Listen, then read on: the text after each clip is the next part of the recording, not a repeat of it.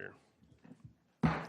Good morning, everyone. We'll go ahead and get started with the Tuesday, August 5th meeting of the Transportation, Energy, and Utilities Committee. Let's start off with introductions to my left. Good morning, Bill Delaney, Mayor's Office.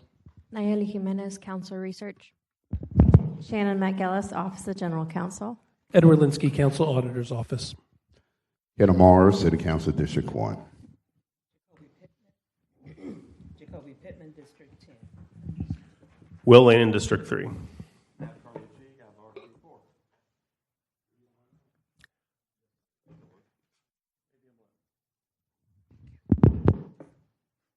Here. Matt Carlucci, at-large, Group 4. Yes, sir. Good morning, Rockman Johnson, District 14, and this is my first time with you, Mr. Chair, so I'm looking forward to working with you this term. Good morning, Jimmy Peluso, District 7, just visiting. All right. Well, good morning, everyone. We're going to go over the agenda first, and then I'm going to recognize Mr. Peluso. No presentations this time. I will allow public comment. I think I only got one speaker card after we review the agenda and hand over to Mr. Peluso.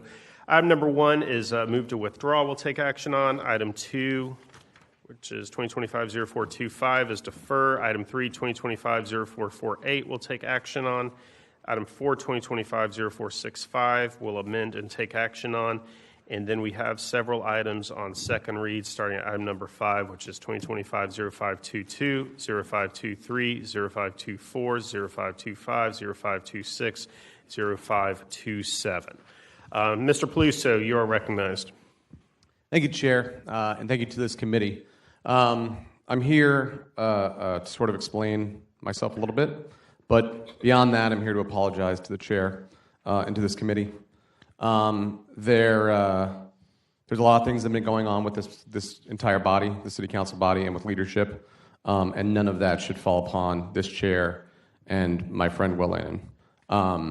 I genuinely apologize if it looked like I was attacking you or this committee or the members of this committee. My gripe is not with anyone in this room today. And frankly, my gripe isn't really with anyone in City Council. It's just about what's happening overall and sort of what I believe are some of the traditions being, scraped away. But I took that action. I took an action to boycott this committee, and I feel like that it looks like I meant to hurt you all, and I did not want that, and I certainly don't want that to hurt you, Will. You've been nothing but fair as a council member and as a friend, and so I truly apologize for that. Not only just for the boycott, but also for the action that I took in last year's committee. Again, you and the people in this room, I think, understand what this council could be and should be and has been in the past. And so I should have taken more action about the whole council as a body and not on this committee. I apologize for that, sir, and I wish you well in your year as a chair. Thank you for that, Mr. Peluso. I do have a couple speakers, and again, to you, we do a lot of work here, and so I want to make sure we kind of minimize the time talking about this and can get on to the people's work here. But Councilmember Carlucci, you are recognized.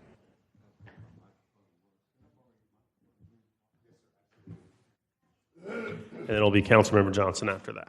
Okay, thank you, Mr. Chair. I appreciate it. I want to be careful with my time, but this is the only time that we have sometimes in the sunshine when we can express and talk about things. And I just want to say, Mr. Peluso, Councilman Peluso, Commander Peluso, that was very humble for you to make that apology for something that you did for what you believed in.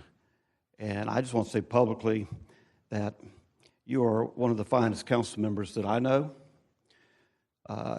Anybody who is a commander in the United States Navy deserves to be on any committee in the Jacksonville City Council and cut a little slack.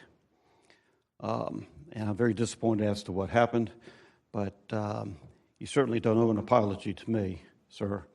And but I think it's always a good thing to, belly up and say an apology, and I think that was a good move. But to me, I have nothing but the greatest respect for you, and that's all I have to say, Mr. Chair. Thank you. Councilmember Johnson. Thank you, Mr. Chair. I'm just going to be very quick about this. I have to say something through the chair. Councilmember Peluso, what you just did was bold and elegant, and I appreciate that. Sometimes a lot of what happens on this council is unwieldy because it's such a large council and there are so many things and moving parts to go on, but leadership, true leadership, is about taking responsibility even when it's not your fault, and owning it and then fixing it. And I think that's what we just saw and heard. And I want to thank you not only as your colleague, but as your friend. Happy birthday again. We're celebrating your birthday. And how do you get elevated to commander? It's your birthday. You got a lot of good stuff happening in your life. God has blessed you, man. God has blessed you to be in this position. And I hope that we can all find a way. We may not always agree on how to get to the door, but we're all trying to move toward the door. We're all trying to move this place forward. And that's what I believe, regardless of who is of the 19, I think that we're all in that. So thank you for your leadership and taking this kind of responsibility, because that's how we move forward. Thank you. Thank you. And Councilmember Peluso, apology accepted. I would not have come to your promotion ceremony on Friday if I was still mad at you. And again, congratulations on your promotion to Commander. All right, with that, let's go to the top of the agenda. Item number 1, 2025-0189, move to withdraw. Or excuse me, let's back up. I missed public comment. Apologies. So we're going to go to public comment. I need to get better with this Adamika Talur, and I'm pretty sure I probably badly butchered that. Adonica Toller, I just reread it. Just kidding. Councilmember Rockman, or Johnson. Ma'am, you have 2 minutes. Good morning. Thank you for this opportunity. So I am a historian, a locally noted historian, and the past museum director of the Eartha M. White Historical Museum and Gardens. And so once I heard that there were plans to withdraw the plan to rename Oakland Park after Eartha White, I thought I wanted to come forward and make a statement.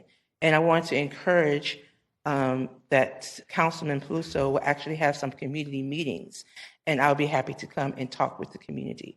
I understand there are people who in the community who do not feel that Eartha White is worthy of the renaming of the park that she built, that she ran for 10 years with her own money, and who even paid staff that created 2 major leaders in our community, Ms. Florida Dwight and Mr. Emmett Chip Reed.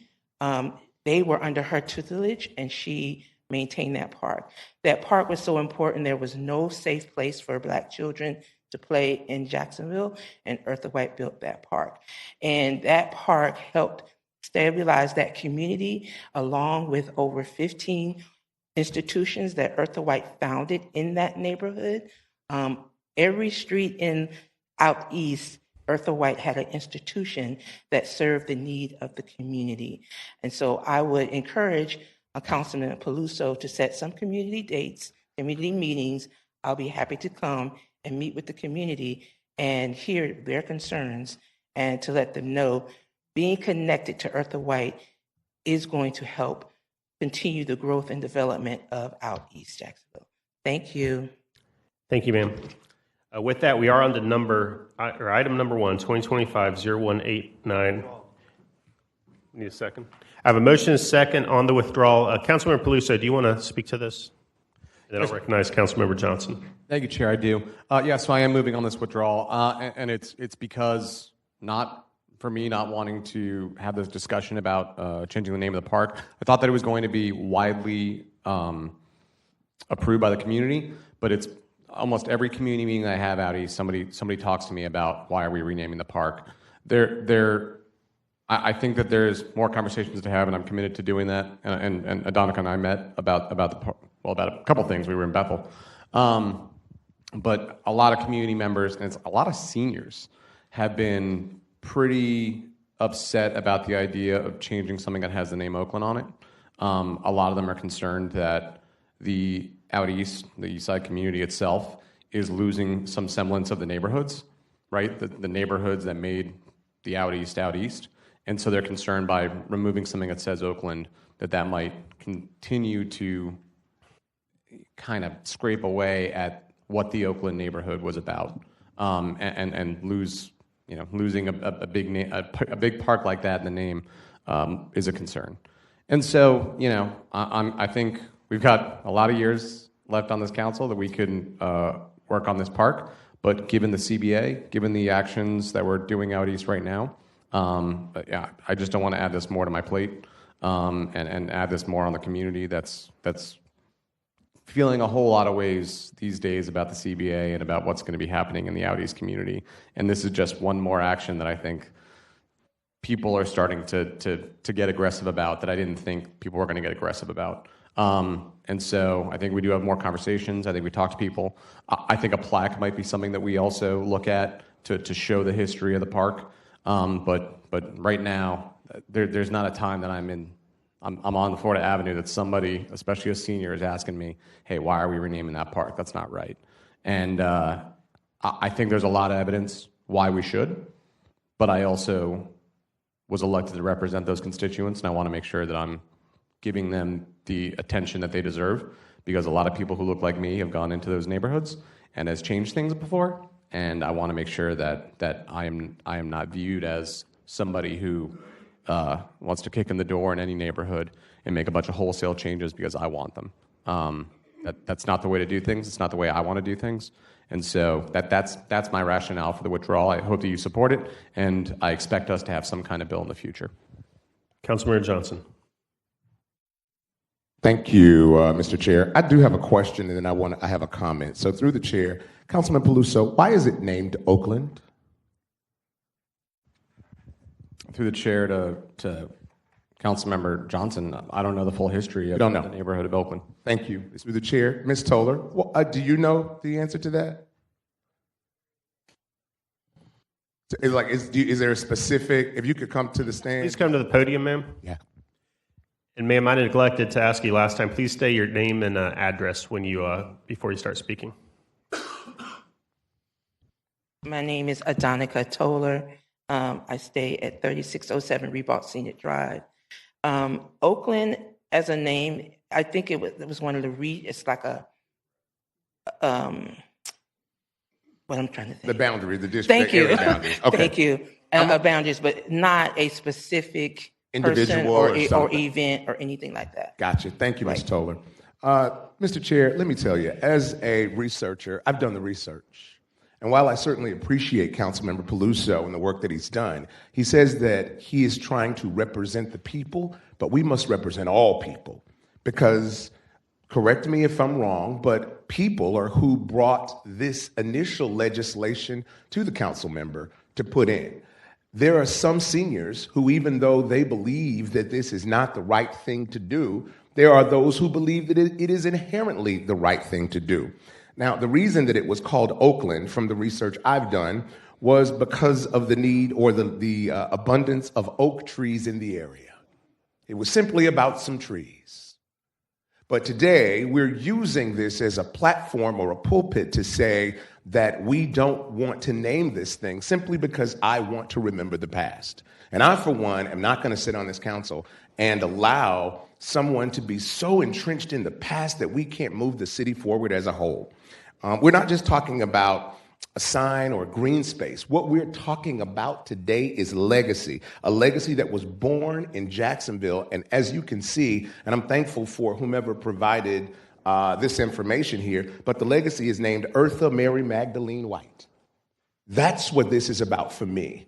I'm not trying to go into someone else's district, but I feel strongly about this because as an African-American man who never met Dr. White, but from my grandmother and other relatives in my city, I do believe I have a responsibility to carry the legacy forward. And that's what I feel that we're doing.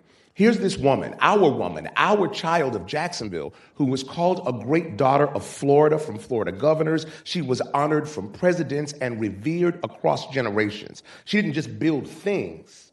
What she did on the east side and downtown is built a legacy of hope that continues today. She didn't just serve people, she sacrificed for them. I'm reminded of a story that I'm told about A.L. Lewis and the Afro-American Life Insurance Company. And when the company was burning down, Mrs. White, with her little tiny self, she was a very slight woman, very small woman in stature, but big in heart. She ran into the burning building to save the documents so that people could have money to bury their loved ones. That insurance company was a place that people that looked like me, who could not go to regular banks to get financed for homes, that insurance company financed their homes at a time when this country was in a place where they couldn't see someone that looked like me. I'm thankful for Mrs. White and the work that she has done. And she didn't ask for applause. The city has done not a heck of a lot.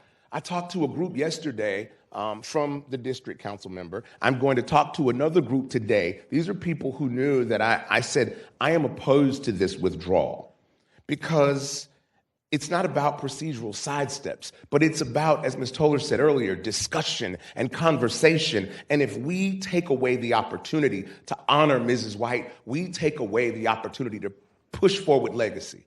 They brought up to me, yes, we can have a placard or a bench at the park. It's not the same. I liken it to right now. I am in conversation. Henry Bradley was the first person to die in the line of duty for the fire department. He, an African-American man, just before the turn of the century, ran into a building to try to save the people and save the building, and he lost his life. We don't know how he looks. We don't know much about him. What we do know is that he did make that sacrifice. And insurance companies in this city said that we are not going to insure anything unless you create the newfangled thing called a fire department. And that's why we have JFRD today.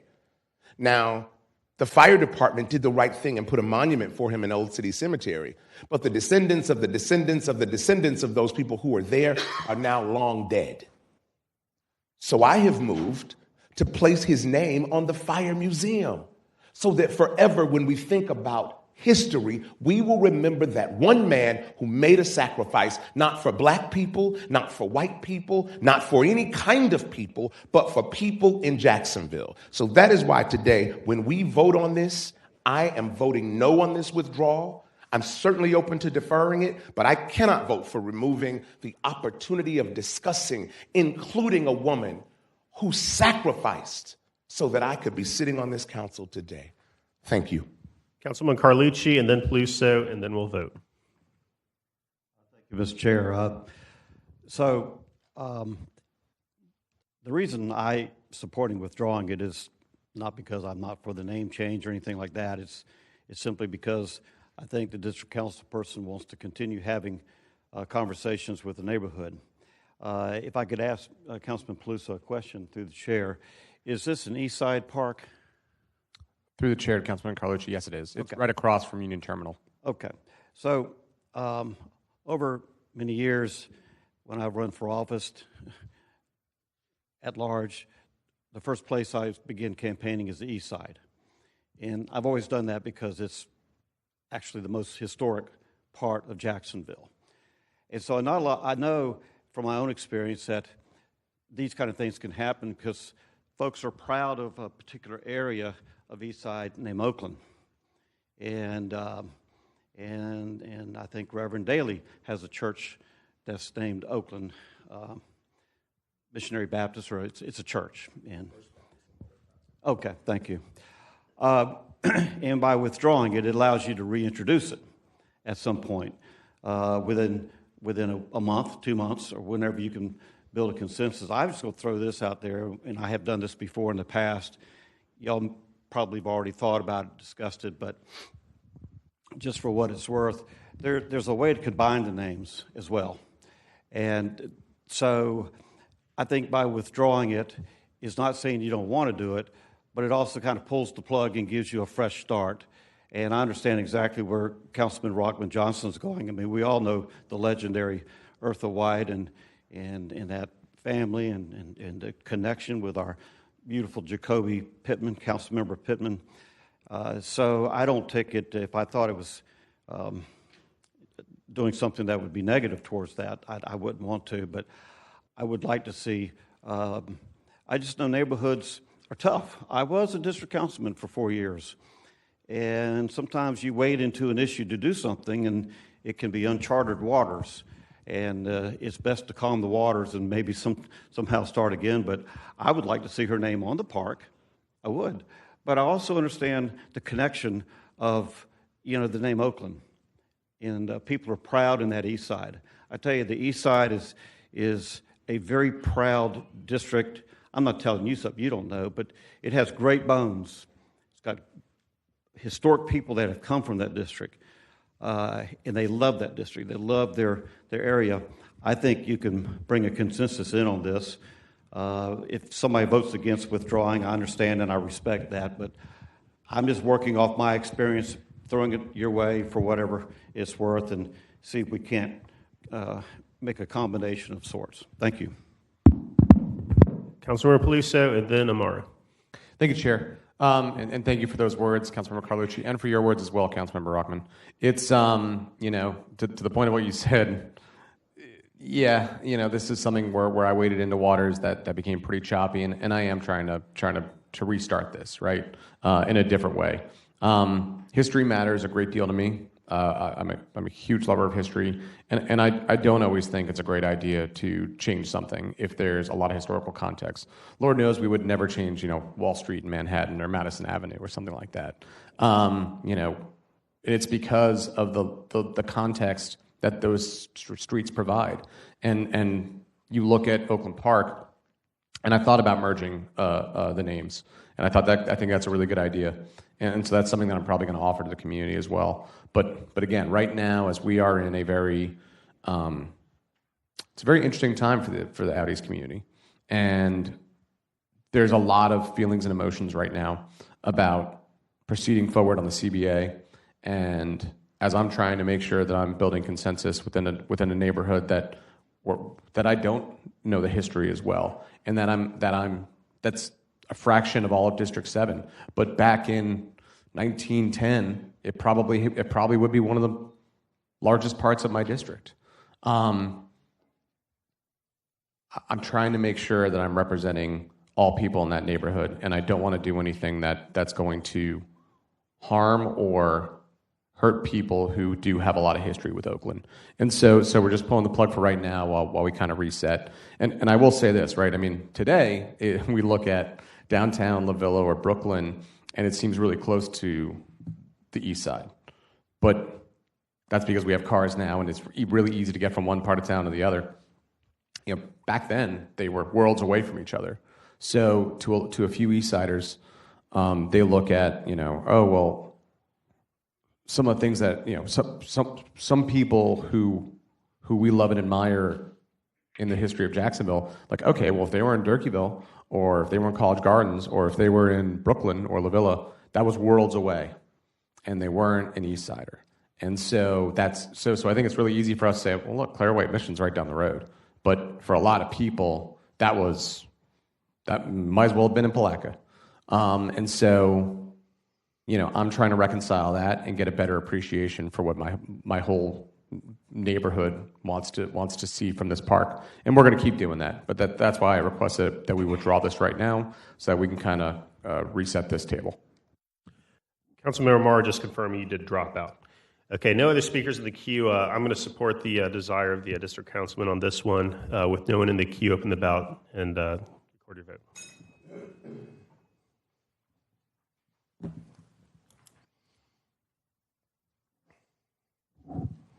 3 yeas, 2 nays. Can someone clarify, Ms. McGillis, help me clarify 3 and 2, does that pass, or do you have to have 4 in committee to pass? It's a no action and deferral to the next meeting. So it's an automatic deferral since there were not 4 votes. Okay, so it'd be at the council president's discretion on whether to discharge then. Okay, so by our actions, 2025-0189 has been deferred then, I believe is the right answer. Okay, thank you. Item 2, 2025-0425 has been deferred. Item 3, 2025-0448. Need a motion and a second. I have a motion and a second on the bill. Councilmember Delaney, I'll recognize you. You're the only one in the queue right now. Oh, I'm sorry. I promoted you. Yeah. Sorry. So it's If you're the son of the mayor, it's an automatic title. All right, y'all, we're- All right, Mr. Delaney. No wonder you were staring at me like this. I'll take it. So we just had a couple of things on this. We think overall it's a very good bill. We support a wide majority of it. There are like 4 or 5 items in this would change, and the majority of those we're good with. There's 2 things, though, that we wanted to bring up. One is the bill as it currently stands has a condition that let me pull it up here, that essentially when a site in the industrial category is renovated to at least 70% of the assessed value, that it triggers the city's landscape requirements. We feel, and the Planning Commission also felt this way, for most properties, this is like a 50%. We think that 50% makes a lot more sense in terms of blight and encouraging development around it. We understand that the industry disagrees, but we feel especially we've been very reasonable and struck compromises on everything else, that we've made it more as palatable as possible, but we feel that the 50% would definitely be a better way to go. Now, that would take an amendment. Somebody here would have to propose it. One was proposed to reduce it from the 70 to, I think, 60% yesterday at neighborhoods, and that failed at like a 3-3 vote. But I would suggest if anybody here was interested to propose going back to the 50.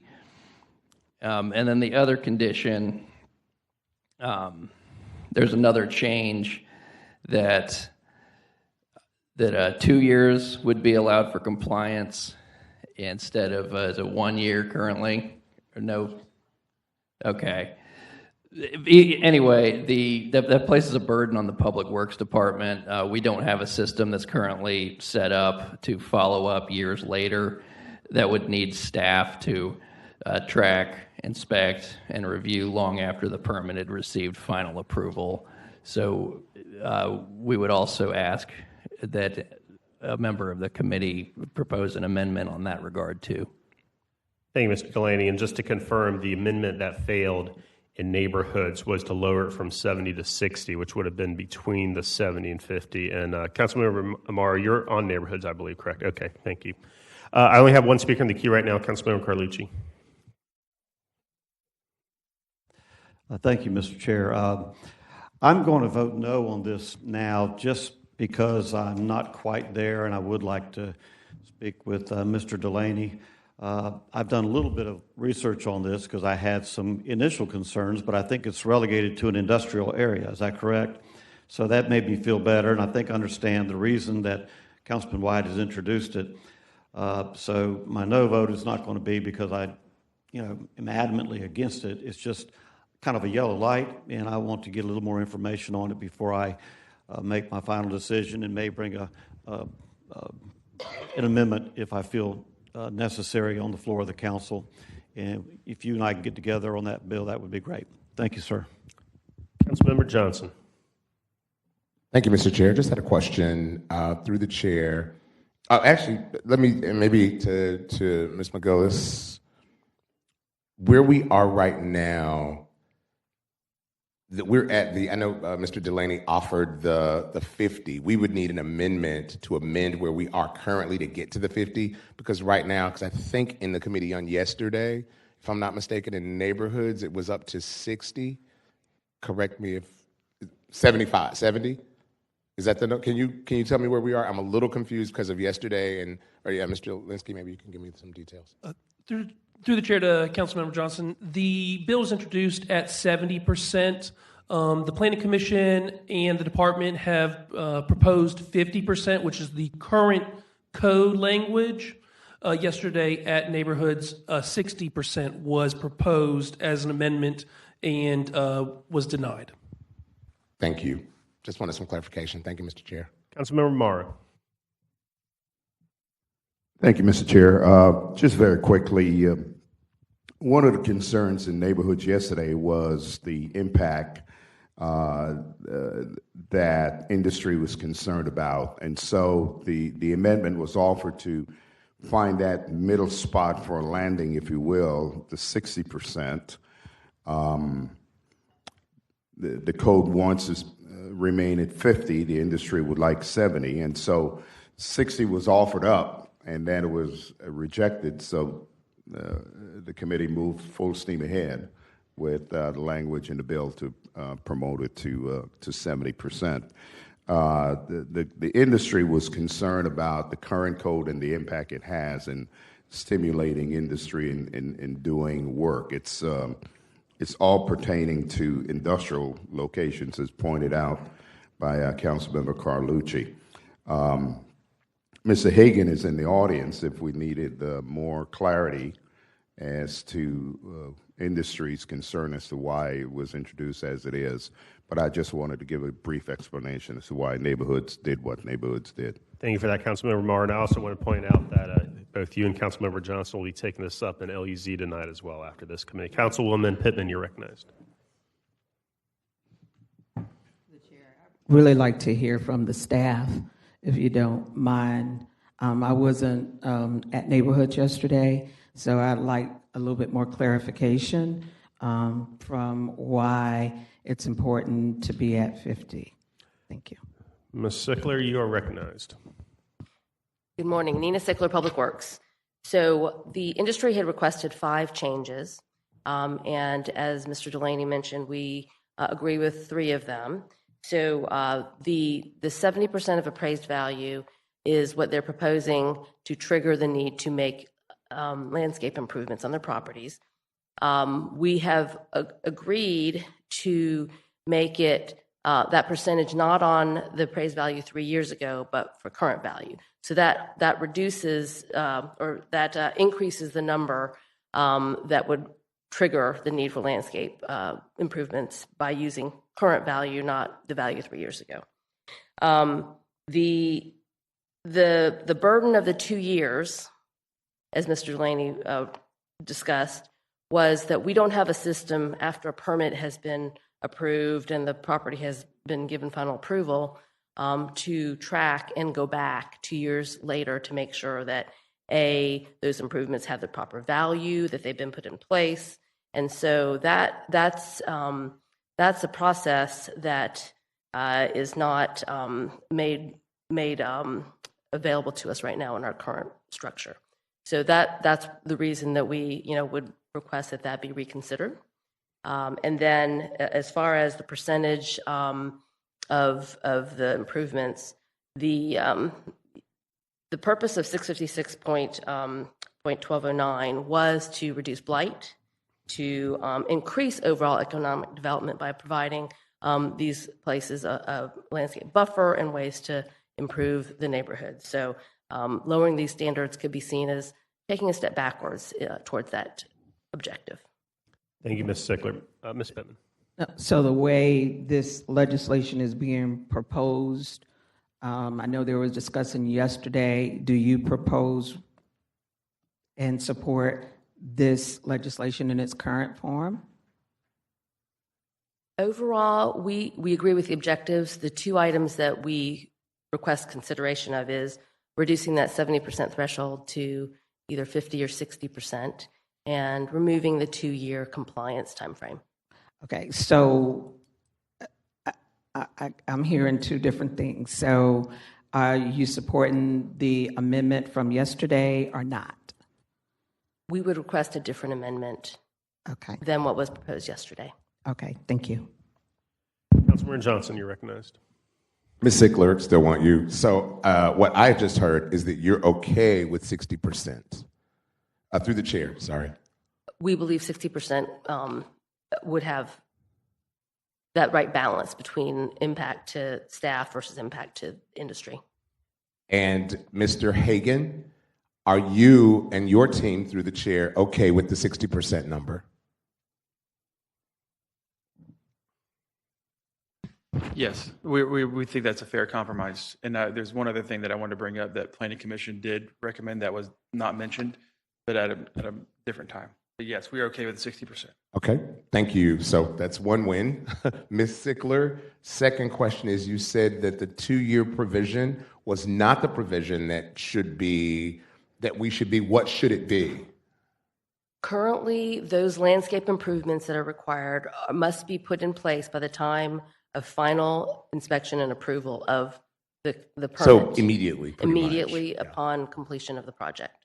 Is that an issue? And forgive me, because I dug into this a little bit. I was more looking at the percentage issue, did not get that deep in this, into that particular part. Through the chair, Mr. Hagan, is that amenable to you and your team?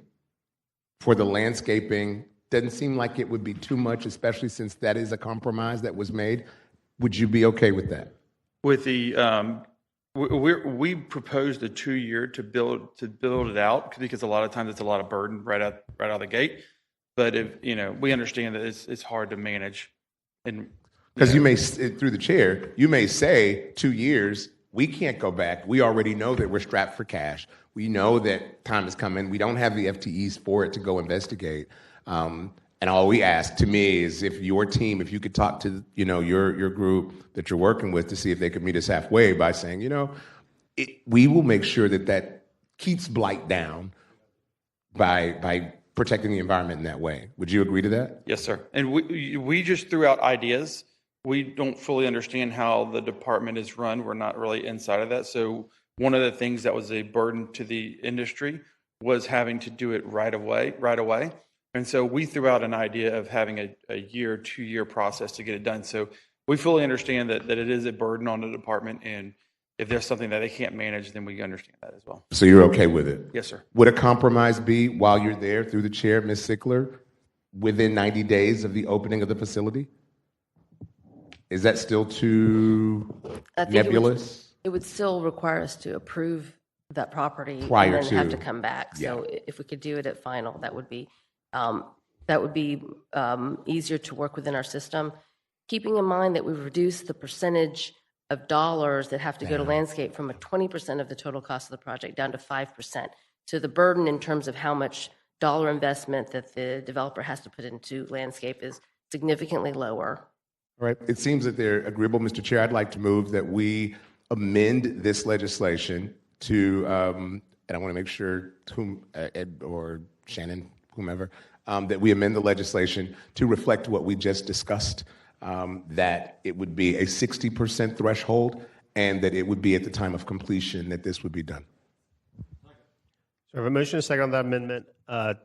Mr. Hagan, and it sounds like both sides are agreeable to this. Can you just come up and confirm that, if I was following the back and forth there between you and Ms. Sickler? Yes, Mr. Chair, we are agreeable to those. The one other thing I wanted to mention is that Planning Commission, we threw out an idea of having a certified appraisal that recognizes if you've broken the 60% threshold or not. 60% now that we're discussing. We propose that if you don't like the current property appraisals amount of the value of the property, that you could bring in a certified appraisal amount to reflect the current market value of the, and that was something that the Planning Commission recommended that wasn't recognized today. Thank you, Mr. Hagan. So we're now on the Johnson Amendment. Councilmember Carlucci, are you on the Johnson Amendment? Yes, I am. Okay, you're recognized, sir. Thank you, Mr. Chairman. I am on the Johnson Amendment. That is what's before us. Great job. That's the way you build consensus. And you have just turned my light, I think, to a green, okay? And I'm more comfortable in supporting this. And this is the way things are supposed to work. And I always appreciate Mr. Hagan and his ability to work within our city departments. You do a great job. And I also want to commend a lady that I've known since she was in private practice, and used to write her insurance a long time ago until she outdistanced my ability to write it anymore because she grew so big, her engineering firm, Nina Sickler. And you do a wonderful job, and I'm just glad we could pull those two things together. Thank you. Councilmember Johnson, you're in queue. Are you on the amendment there, or do you want us to go ahead and take up the vote? Mr. Chair, I was just going to say point of, I think I just needed some clarity because Mr. Hagan brought up something. I just didn't want it to conflate this amendment, the part about I do have questions about it, but I would like after the vote to talk about what Mr. Hagan just brought up, because it brings a whole nother kind of thing up. Okay, thank you, Councilmember Johnson. Ms. McGillis or Mr. Linsky, can you just rephrase the amendment we're voting on, or just read it out loud just so we're all clear? Through the chair to the committee, the amendment would reduce the threshold down to 60% and require that the landscaping improvements be in place upon completion.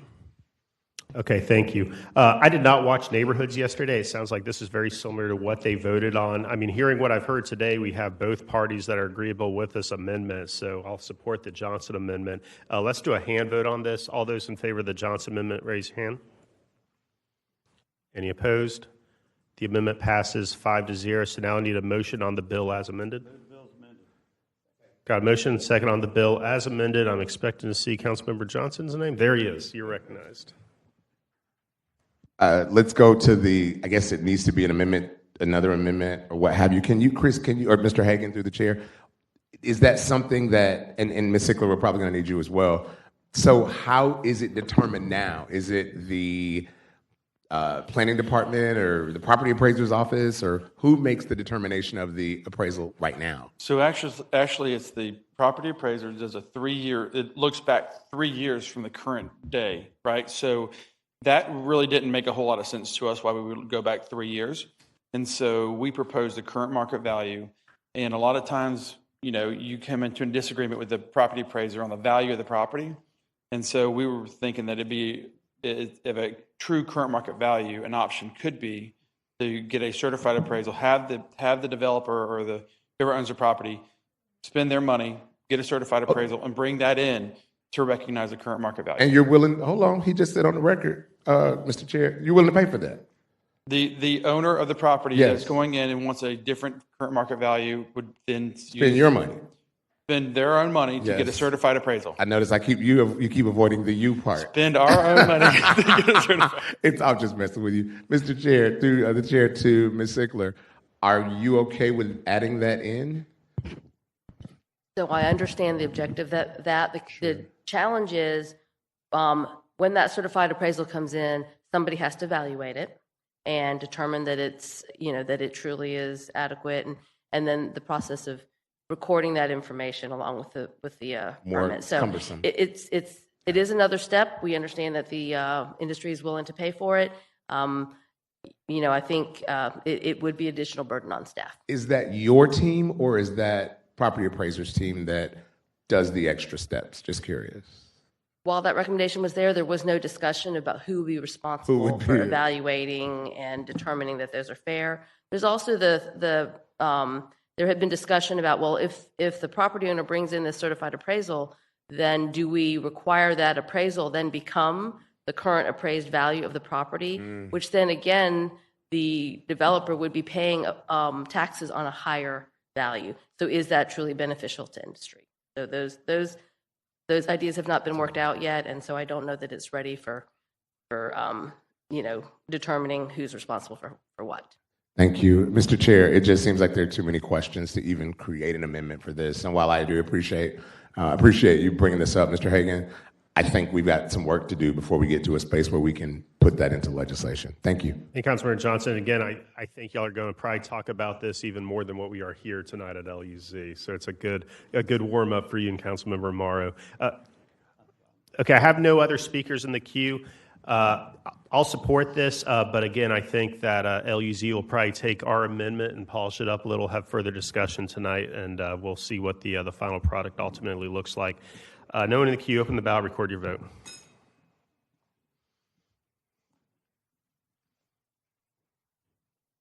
Five yeas, 0 nays. Buyer actions 2025-0448 passes. On to item number 4, 2025-0465. Can I get a motion on the rules amendment?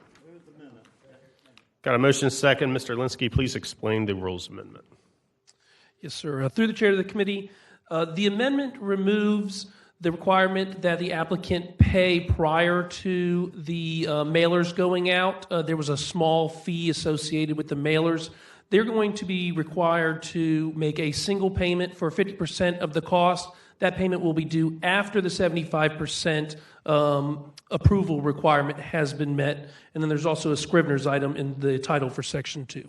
Thank you, Mr. Linsky. All those in favor of the rules amendment say aye.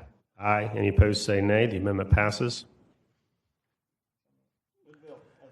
Got a motion, a second on bill as amended. I have no one in the queue. Councilmember Amaro, you are recognized. Thank you, Mr. Chair. I wasn't going to say anything, but basically the backstory is that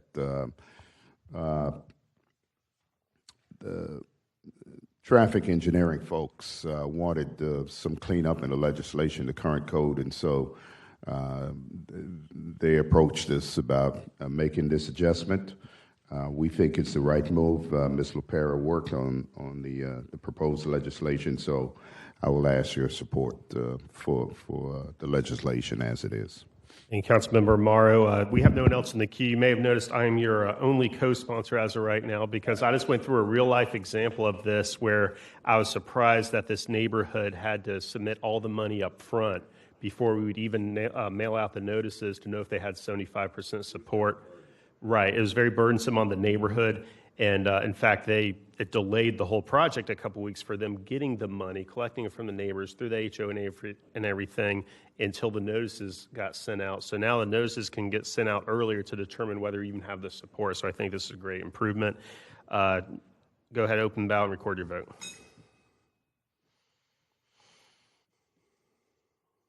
Five yeas, 0 nays. Fire Actions 2025-0465 passes. And then I read them at the beginning, but items 5, 6, 7, 8, 9, 10 are all on second. As a reminder, if there's any presentations that you want to see, keeping in mind that a lot of the independent authorities are under our oversight being on TEU.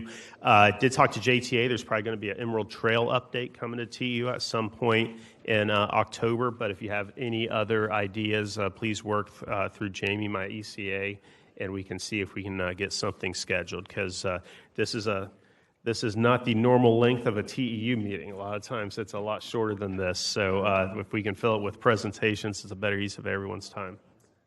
Oh, no, we had some stuff to discuss today. Not your fault. I have no one in queue, so with that, we are adjourned.